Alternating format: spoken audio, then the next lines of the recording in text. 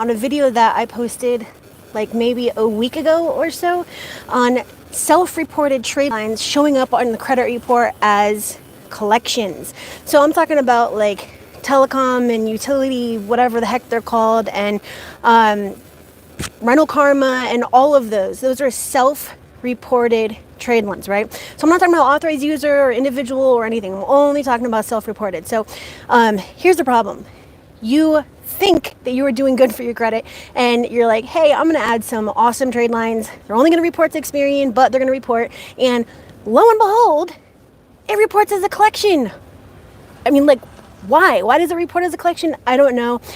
That's not what this video is about, but what it is about is an update. I need to update you on how to fix this issue. So I originally thought that all you had to do was dispute it and say like, hey, dude, I've been paying this on time. This is not a collection, this telecom, this utility, whatever, rental karma, all of those. I need for you to update the status to show paid on time, never late, right? But here's the deal.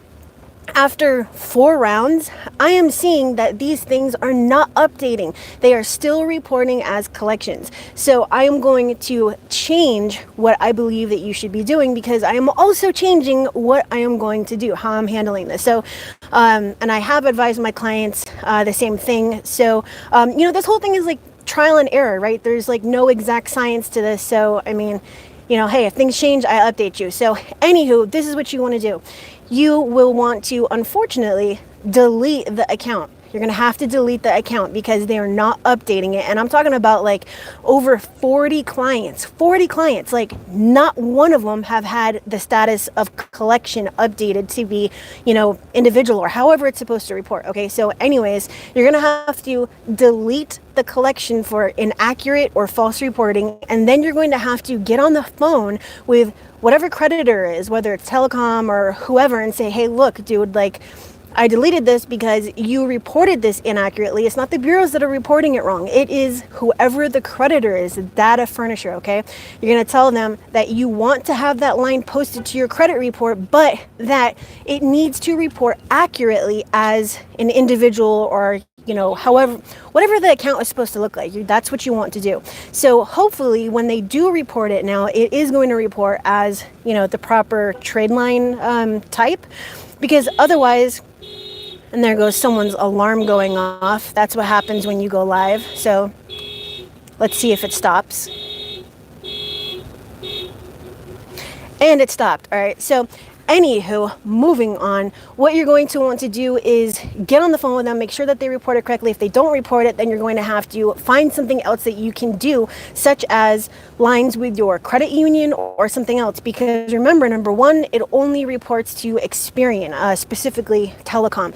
Number two, having it reported as a collection is going to drastically decrease your credit score, when the point of putting these things on there is to increase the score, right? So make sure, this is so freaking important. Make sure that when you go and add these lines, self-reported lines, that you are calling them first and saying, hey, look, I've heard of these problems where I apply for this, it gets posted, I get approved, blah, blah, blah, and it turns out that you're reporting as a collection. Is this going to happen with your company?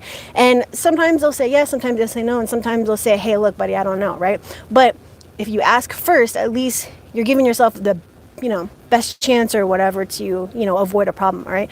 So, unfortunately, bottom line, there's no way to fix this problem. You have to delete it how you normally would delete a collection, using validation of debt, using anything. And you can force a validation of debt on this very simply because of what the letter says. And then, they're just not going to want to bother with you. They're going to delete it, and then you can go from the beginning again. Or disputing it as factual with the bureaus, like this is just reported inaccurately, remove it, right? And then have it reposted. So if I know that someone's going to see this video that is experiencing this issue, because I have a crap load of clients that that currently have accounts like this. And this is just one of those things. Like I said, there's no science to this. It's really like, if it works, it works. If it doesn't, it doesn't. And you got to move on with your life, right?